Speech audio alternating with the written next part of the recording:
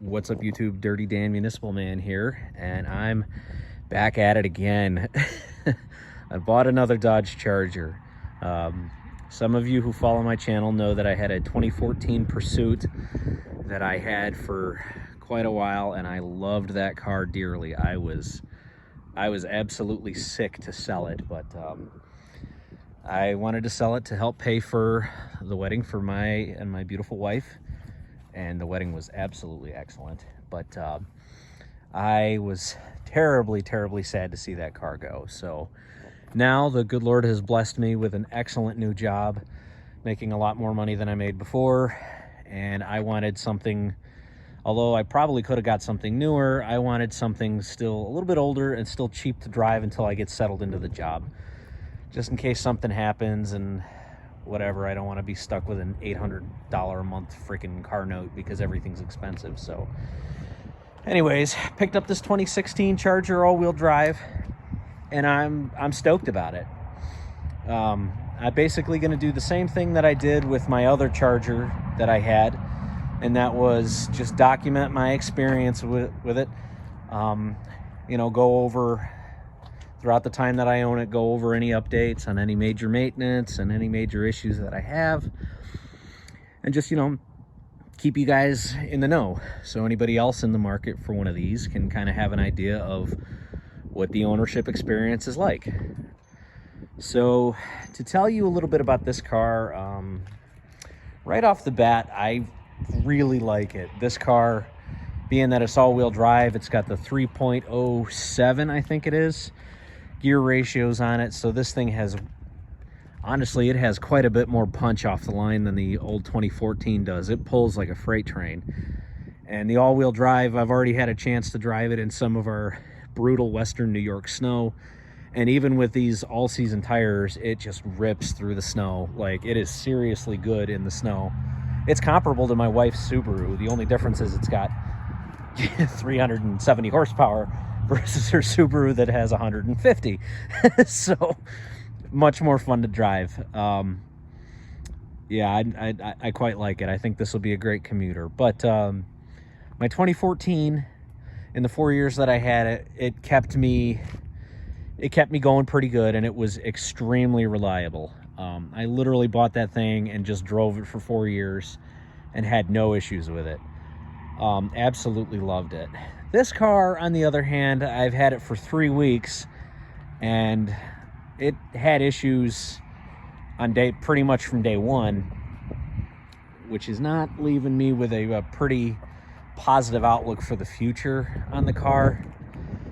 Now, you know what? Let me take that back. Let me take that back, because you know what? That's not fair. The engine runs great. You could balance a wine glass on the hood of the Hemi because it drives so smooth. The engine idles so smooth. It shifts through all the gears perfect. All-wheel drive functions flawlessly. But even with having owned the car for 3 weeks, there's already issues that I need to take care of that I'm not super pleased about. I knew when I bought all-wheel drive that it would come with problems, but the problems that I'm having are not inherently related to the all-wheel drive. First problem right off the bat that I've noticed with this, when I was driving with it there, it had a horrendous front end clunk. Like, every little pothole on the passenger side would just ka-dunk, ka-dunk, ka-dunk, ka-dunk, ka-dunk. And I know these cars are kind of notorious for having like suspension clunks, so I wasn't too concerned about that. Spent about 200 bucks. I bought brand new struts, sway bar end links, and sway bar bushings, because I ran the Carfax. I actually found out that the front control arms on this car are actually pretty new. So, and they were all tight. Same with all the ball joints and all that were all tight. So, spent the money to do that. First thing I did was jack the car up, check out the sway bar. End links were completely shot. So, put the new bushings on, and $15 later, clunk is completely gone. The suspension is very tight, very firm. Steers and handles great. So that was kind of nice that it was a really cheap, easy fix. Second issue that I'm having is not a cheap and easy fix, and it's one that I didn't know about until after I'd already pulled the trigger on the car. So those of you who know a little bit about these cars know that the Dodge Chargers and Challengers have a two-piece drive shaft. And in the center of the two-piece drive shaft, where the drive shafts meet, there is a carrier bearing. And the carrier bearings have a tendency to go bad on these. And what typically happens is, let me pause this for a second. No. But what typically happens is that the rubber bushing that holds the carrier bearing together typically goes bad, and it shreds itself over time. And basically the drive shaft ends up sitting there flopping around. Sorry there, my uncle's just coming home from work there.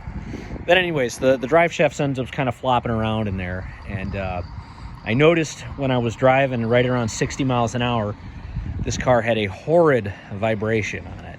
And I instantly assumed that it was the rubber bushing around the carrier bearing that was shot. So jacked it up, checked it out. Drive shaft solid as a rock, it's firm as heck. No, the issue is still the drive shaft, but the issue is the actual bearing or one of the CV joints in the shaft. And like I said, everything else on the car is absolutely firm. So that was $700 off the bat for a new drive shaft. Hopefully that will be the biggest and most expensive issue that I have over the time that I own this car, but we will see. So those issues right off the bat are not instilling me with the highest amount of confidence, but again, we'll see. And then the third and final issue is, I've got twice now in the 3 weeks I've had it, I've got the P420 code on this thing. It comes on and then it goes away. So I'm hoping it doesn't need new cats, because for some reason finding cats for the all-wheel drive cars is a royal pain in the butt. Because I'm not even sure. And not to mention, because I live in New York, if you buy the catalytic converters here in the state, they've got to be California compliant. So if I do have to buy new cats, it's probably going to be $1,600, $2,000 for cats, which is a bit absurd. Now, if you live in a state and you want to do mods and do like long tube headers or whatever there, that's a non-issue. Just do that, but well, actually, I'm not even sure if they have long tube headers that fit the all-wheel drive. Any which ways, I digress. Those are the issues that I have starting off. Suspension clunk is fixed. That's gone for now. And then next project is going to be the drive shaft, which from my research looks like it'll be pretty straightforward to do. It's just spending $700 kind of sucks, but I got the car for affordable enough that it's not too big of a deal that I dropped the coin on it there, and I expected to spend a little bit of money, but I just hated that that's a first issue right off the bat when my 2014 was just rock solid reliable to 200,000. So again, I'm pumped about it. There will be more videos on this in the future. If you got any other questions on it there, or anything that you want to know or see or ask about, please do leave a comment. Appreciate it there. I'm not making these videos because I want to be some big YouTuber. A lot of these videos, I kind of make them for myself because I like to go back on it and look back on experiences that I've had. But I definitely appreciate all the feedback and comments I get. Like, I love chatting with you guys in the comments. So, got any questions, concerns, post them up.